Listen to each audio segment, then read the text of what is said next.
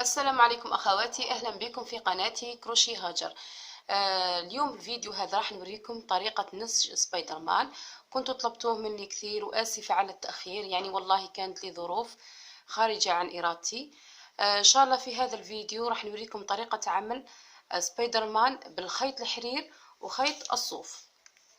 بالنسبة لسبايدر مان والحجم الكبير راح نعمله بالخيط الصوف ونعملوه على 2. الخيط راح نعملوه 2 لأنه الخيط أنا اللي عندي هنايا هو رقيق. تقدري تعمليه بخيط واحد، وتقدري تعملي إذا حبيتي حجم أكبر تقدري تعملي 2، وإذا حبيتي حجم أكبر وأكبر ضاعفي الخيط مش مشكل. وإذا كان عندك خيط بهذا السمك أيضا تقدري تستعمليه، يعني حسب الحجم الدمية اللي راكي حبتها صغيرة، حبتها متوسطة، حجم كبير، كما تحبي. اللون الأحمر والأزرق يعني طبعا هذو الألوان اللي راح نعتمد عليهم في الدمية في خيط الصوف. بالنسبة لخيط الحرير هنا استعملت أيضا زوج خيوط. خيط الحرير عملت الخيط على 2 واستعملته. حبيت أيضا ننسجه على شكل برتقلي وخرج لي بهذا الشكل، يعني والله خرج لي مميز. بالنسبة للخيط الكروشي تاع الخيط الصوف أنا استعملت هنا 2.5. هذا هو قياس الكروشي اللي نستعمله لأن احنا نعمل خيط على 2. بالنسبة للخيط الحرير أنا استعملت الكروشي الرقيق وكان رقم 1. هذا هو الكروشي اللي استعملته في خيط الحرير بعد ما عملت الخيط على 2. بسم الله. الآن راح نعمل حلقة. أول شيء راح نبدأ به الآن هو رجل سبايدر مان. راح ننسج حلقة حول الإصبع، ننسج 6 من غرزة الإكس أو غرزة الحشو. راح ننسج 6.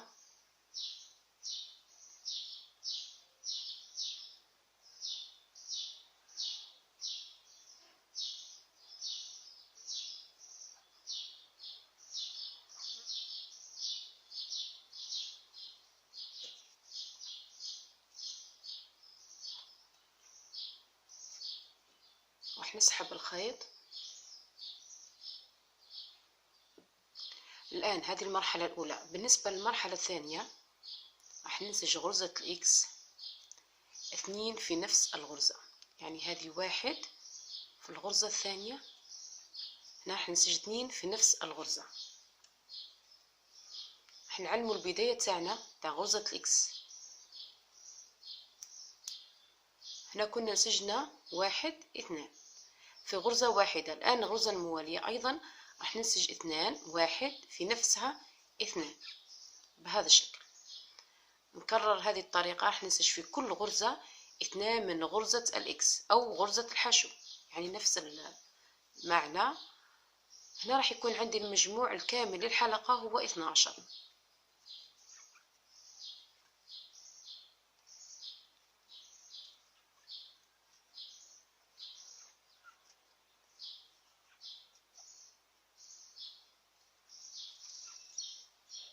بهذا الشكل.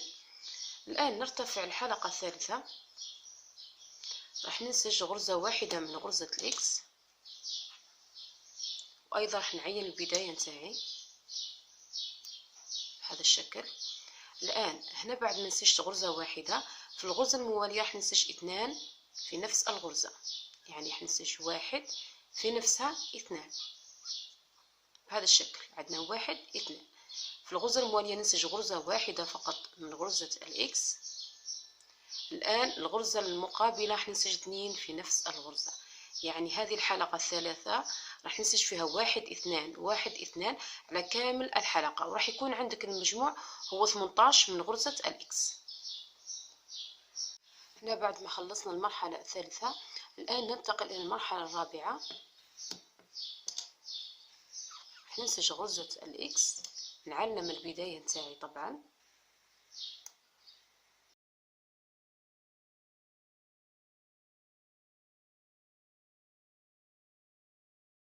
الآن راح ننسج 2 غرزة من غرزة الإكس عادي. عندنا 1 2 راح ننسجهم عادي بهذا الشكل. من بعد في الغرزة الموالية راح ننسج 2 في نفس الغرزة 1 2 بهذا الشكل. أيضا ننسج 2 من غرزة الإكس عادي بهذا الشكل. عندنا 1 2. في الغرزة الموالية راح ننسج 2 في نفسها من غرزة الإكس. بهذه الطريقة راح نكمل ننسج 2 من غرزة الإكس عادي و2 في نفس الغرزة، و2 من غرزة الإكس عادي و2 في نفس الغرزة على كامل الحلقة، وراح يكون عندك المجموع هو 24 من غرزة الإكس.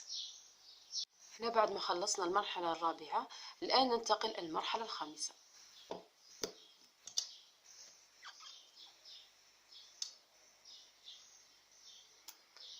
الآن المرحلة الخامسة راح ننسج عادي بدون زيادة أو نقصان. راح ننسج غرزة الإكس عادي، ونفس المجموع هو 24 من غرزة الإكس نحافظ عليه، ونرتفع ب3 حلقات.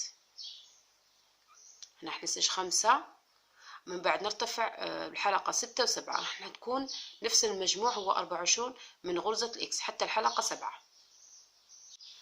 هنا بعد ما كملنا وارتفعت 3 حلقات وحافظت على نفس المجموع هو 24 من غرزة الإكس، ننسجنا 7 حلقات. عندنا 1 2 3 4 5 6 7. الآن نرتفع الحلقة 8، راح ننسج 7 من غرزة الإكس عادي، هذه تعتبر غرزة واحدة. 2 3 4 5 6. هنا 7 من غرزة الإكس عادي. الآن راح ننسج بنصف سلسلة. لاحظوا معايا راح نقلص العمل تاعي بهذا الشكل. راح ناخذ النصف الأمامي وأيضا النصف الآخر من الغرزة بهذا الشكل، ونسحب الخيط وراح تكون عندي غرزة واحدة. راح نكررها 6 مرات. هنا 2 3 4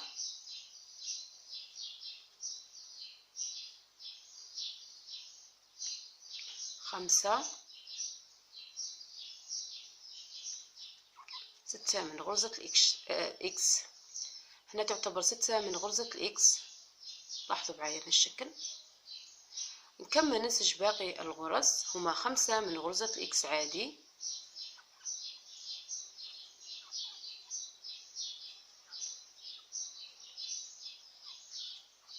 بهذا الشكل. الآن نلتقي الحلقة 9.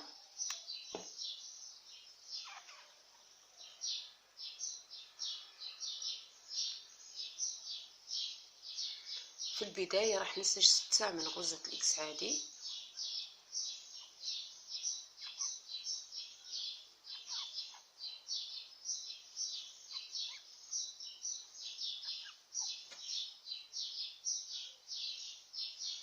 الآن راح ننسج بنفس الطريقة اللي عملناها في الحلقة 8، ننسج بنفس السلسلة بهذا الشكل. راح نكررها 4 مرات. نسحب الخيط حتى يكون عندي غرزة واحدة. 2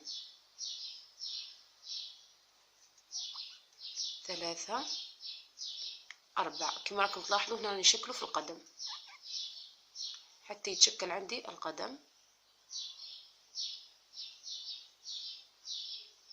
الآن نكمل نسج باقي الغرز، هما 4 من غرزة الإكس عادي. حنسجهم عادي.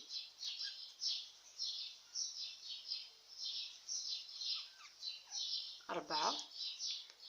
الآن ننتقل الحلقة 10.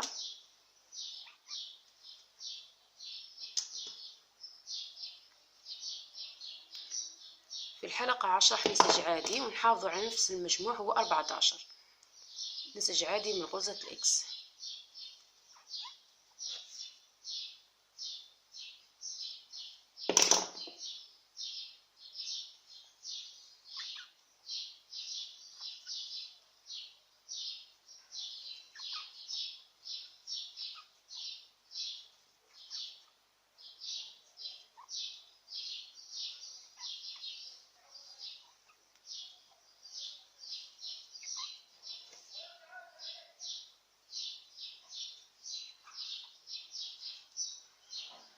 ننسج 14 من غرزة الإكس.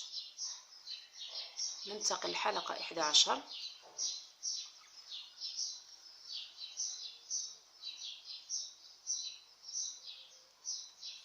الآن راح ننسج 6 من غرزة إكس عادي.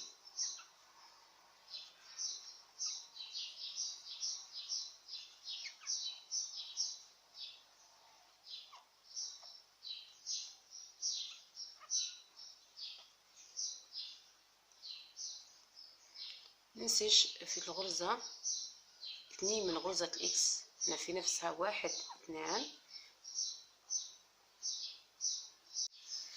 في الحلقة 11 ننسج 6 من غرزة الإكس، هنا 2 في نفس الغرزة، ونكمل ننسج باقي الغرز عادي بدون زيادة أو نقصان. راح يكون عندك المجموع هو 15 من غرزة الإكس.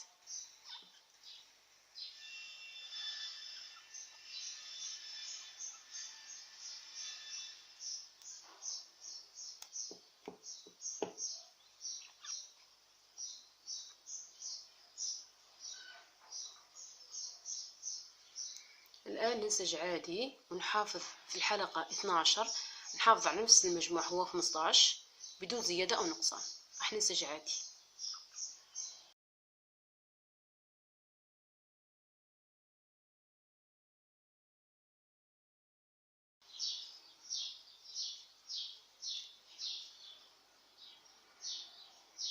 الآن ننتقل للحلقة 13.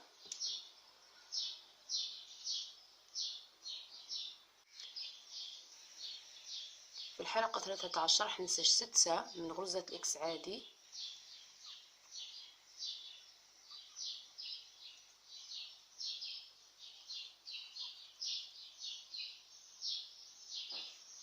وننسج 2 في نفس الغرزة،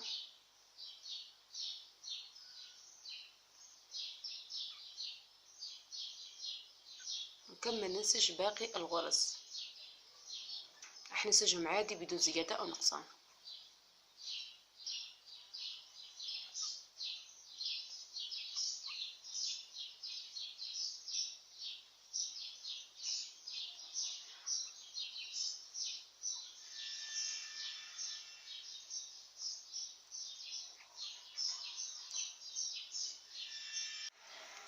الآن راح نرتفع الحلقة 14.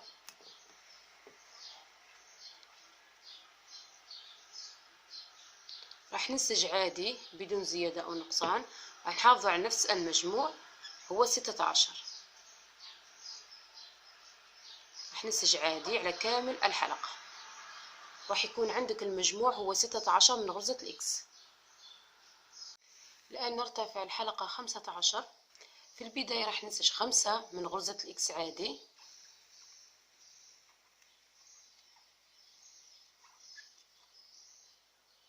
خمسة.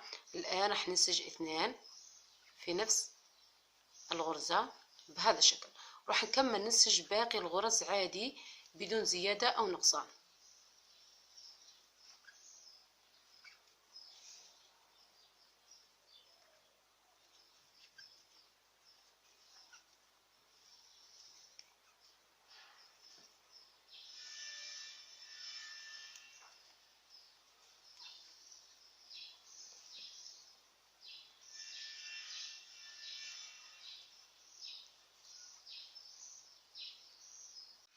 نرتفع الحلقة 16. راح ننسج في البداية 7 من غرزة الإكس عادي،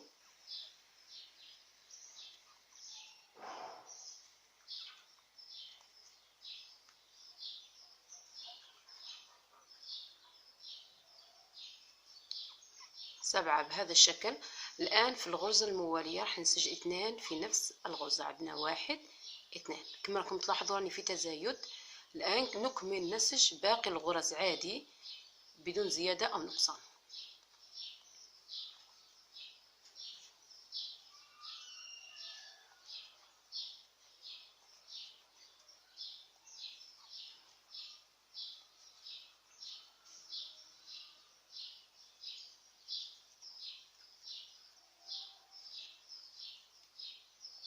احنا نسجنا 9 من غرزة الإكس، هنا في البداية 7 وبعد 2 في نفس الغرزة و9 من غرزة الإكس.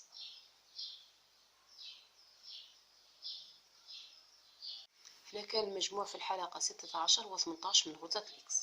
الآن نرتفع الحلقة 17 وراح ننسج عادي بدون زيادة أو نقصان. حنحافظ على نفس المجموع هو 18 من غرزة الإكس. راح نرتفع ب3 حلقات، 17 و18 و19. هذو راح ننسجهم عادي، والمجموع هو 18 من غرزة الإكس. الآن راح نرتفع 17 18 19 بنفس المجموع هو 18 من غرزة الإكس. هنا بعد ما ارتفعت حتى 19 حلقة كان المجموع هو 18 من غرزة الإكس. الآن راح ندخل اللون الأزرق.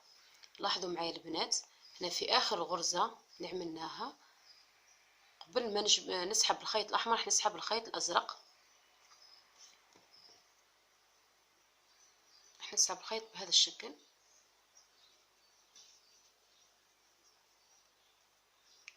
نرتفع الحلقة 20.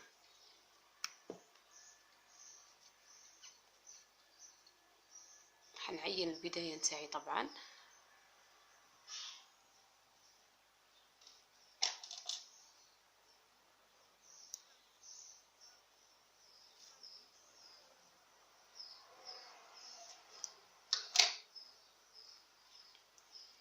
الآن في الحلقة 20 راح ننسج باللون الأزرق عادي بدون زيادة أو نقصان، وحنحافظوا على نفس المجموع هو 18 من غرزة الإكس. هنا راح نعمل عقدة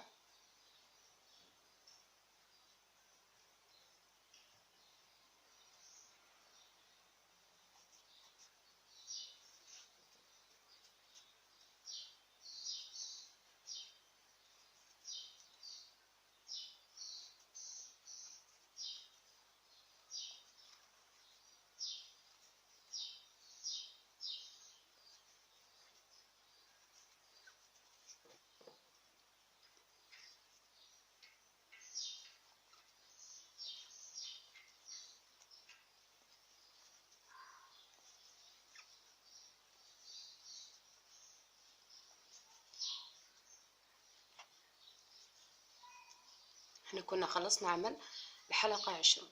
الآن راح نرتفع الحلقة 21. أيضا راح ننسج بنفس الطريقة ونحافظ على نفس المجموع بدون زيادة أو نقصان، يعني راح ننسج عادي نحافظ على نفس المجموع هو 18 من غرزة الإكس هنا على كامل الحلقة. الآن راح ننتقل الحلقة 22.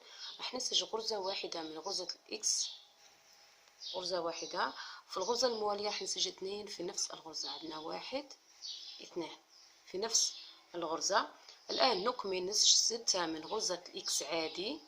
1 2 3 4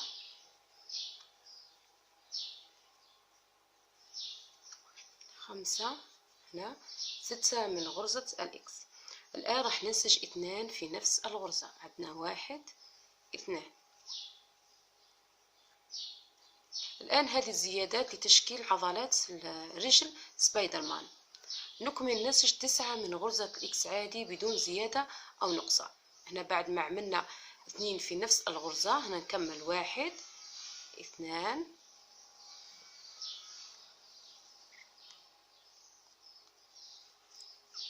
3 4 5 6 عندنا 7 8 9. احنا كنا خلصنا عمل الحلقة 22. الآن ننتقل إلى الحلقة الحلقة 23.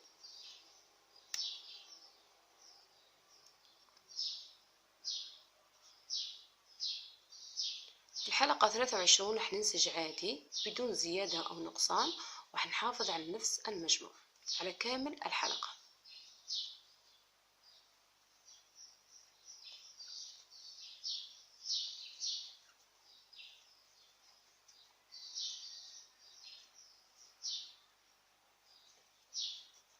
حنكمل على كامل الحلقة.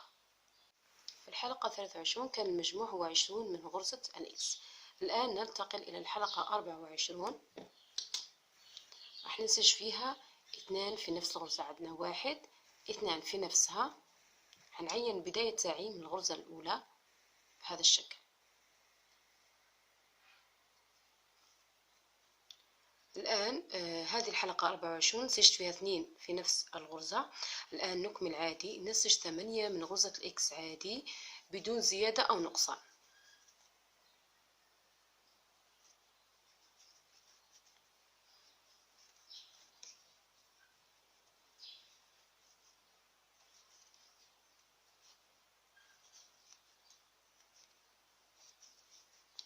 هنا 8 من غرزة الإكس.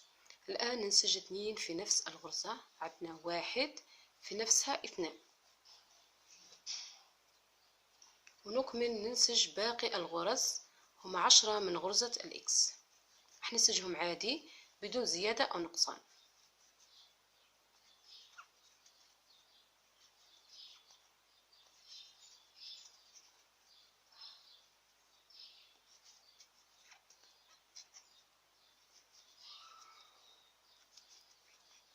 هنا لاحظوا معي البنات، أنا كنت عملت حشو هنا في القدم، كل ما تصعدي بمسافة بعلو حاولي أنك تحشيها بالصوف.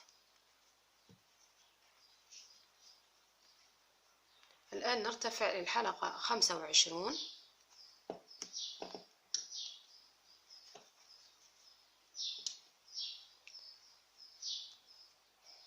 الآن الحلقة 25 راح ننسج عادي بدون زيادة أو نقصان، وراح نحافظوا على نفس المجموع الغرز، هو 22 من غرزة الإكس، يعني نصعد 25 و26 و27، نصعد 3 حلقات بدون زيادة أو نقصان، ونحافظ على نفس المجموع هو 22 من غرزة الإكس.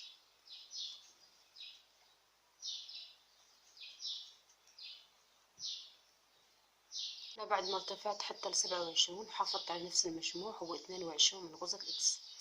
الآن الحلقة 28.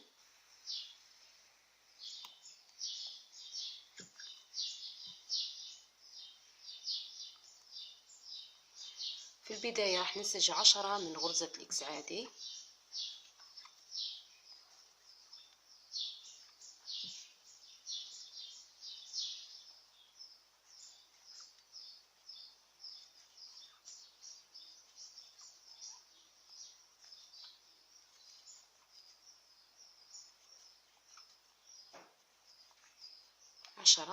الآن راح نقلص العمل تاعي وراح ننسج 2 بنصف سلسلة من الأمام بهذا الشكل، ونسحب الخيط، هتصير عندي هنا غرزة واحدة من غرزة الإكس.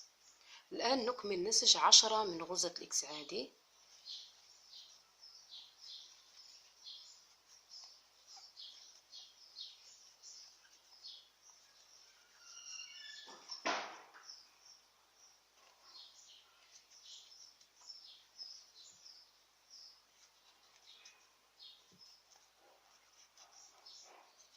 هنا كان عندي 21 من غرزة الإكس على كامل الحلقة. الآن نصعد الحلقة 29.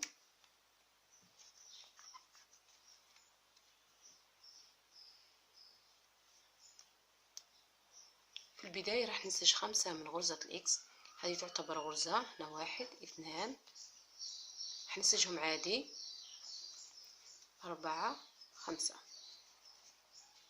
الآن راح ننسج 2 بنصف سلسلة بهذا الشكل، غرزة واحدة، ونكمل ننسج باقي الغرز، هي 14 من غرزة الإكس، راح ننسجها عادي.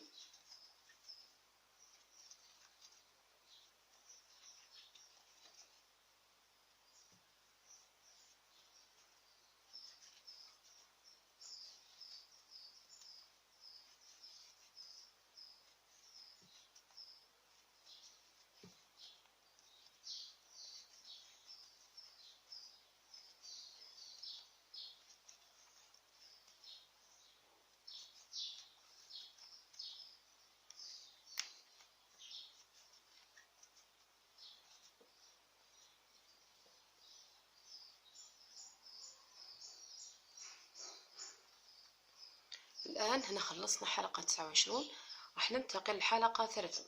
راح ننسج عادي بدون زيادة أو نقصان، وراح نحافظوا على نفس المجموع هو 20 من غرزة الإكس.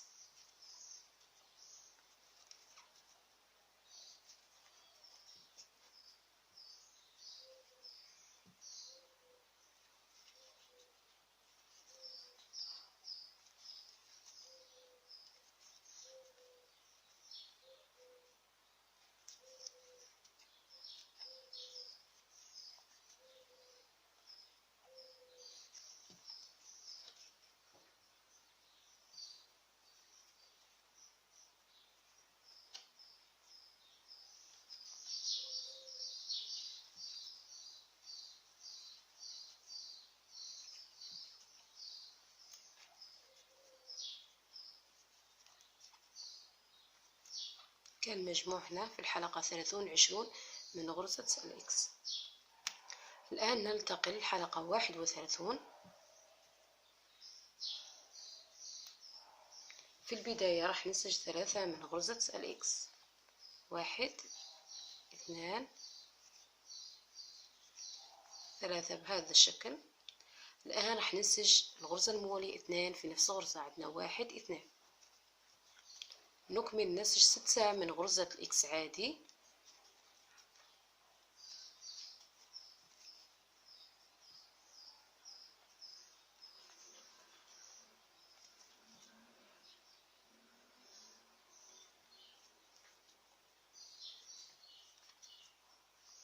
ونكمل نسج في الغرزة الموالية 2 في نفس الغرزة، عندنا 1 2 بهذا الشكل. لاحظتوا معايا هنا في البداية نسجت 3 من غرزة الإكس، هنا 2 في نفس الغرزة، ومن بعد كملت نسجت 6 من غرزة الإكس و2 في نفس الغرزة. الآن نكمل باقي الغرز عادي بدون زيادة أو نقصان. راح ننسج 9 من غرزة إكس.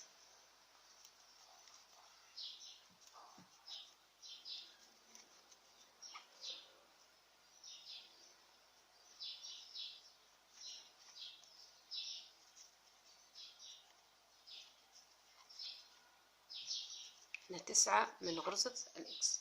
هنا كنا خلصنا الحلقة 31.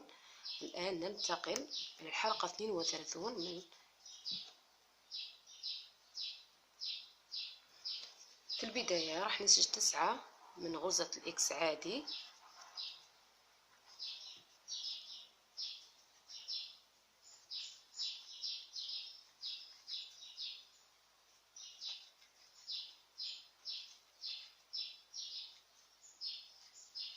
تسعة. الآن ننسج في الغرزة الموالية 2 في نفس الغرزة، نسجت 1 في نفسها 2، ونكمل نسج باقي الغرز 12 من غرزة الإكس عادي،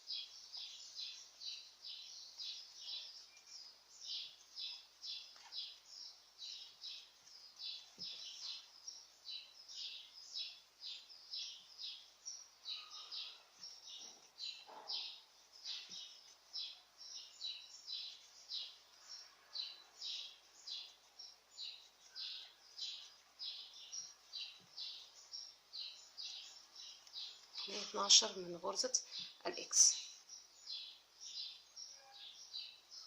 الآن نرتفع 33 حلقة.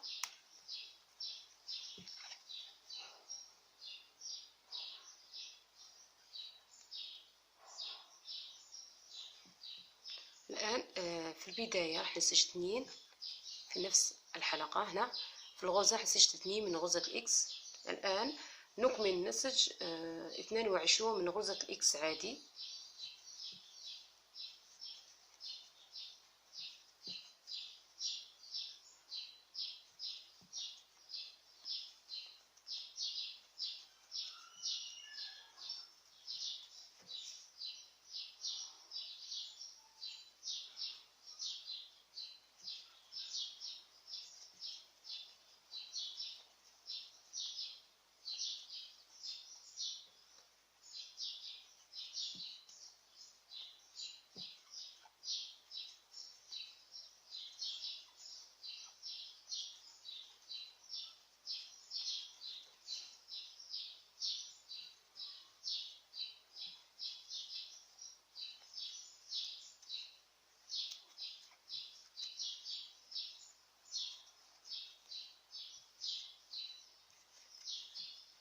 بعد ما نسجت 22 من غرزة الإكس. الآن نرتفع الحلقة 34.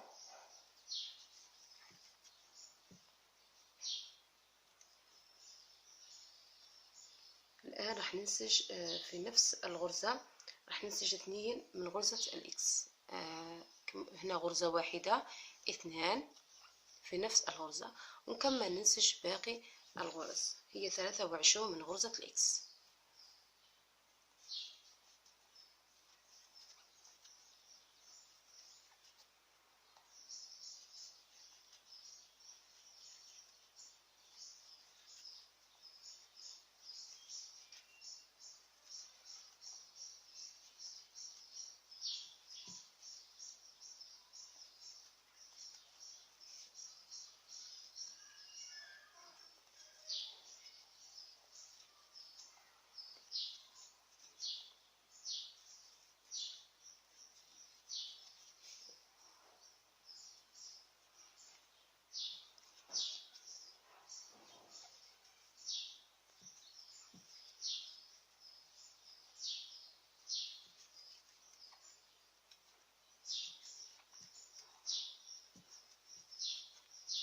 23. الآن ننتقل حلقة 35. أيضا في نفس الغرزة راح ننسج 2. لاحظوا هنا 1 في نفسها 2 بهذا الشكل. وراح نكمل نسج عادي باقي الغرز من غرزة الإكس، 24 من غرزة الإكس بدون زيادة أو نقصان.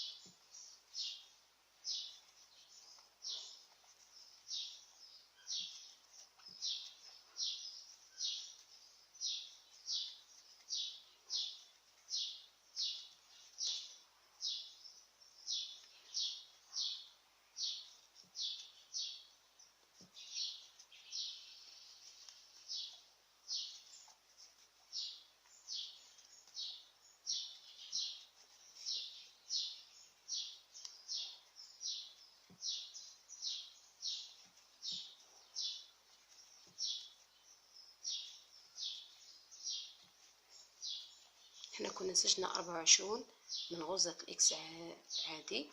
الآن راح نرتفع الحلقة 36.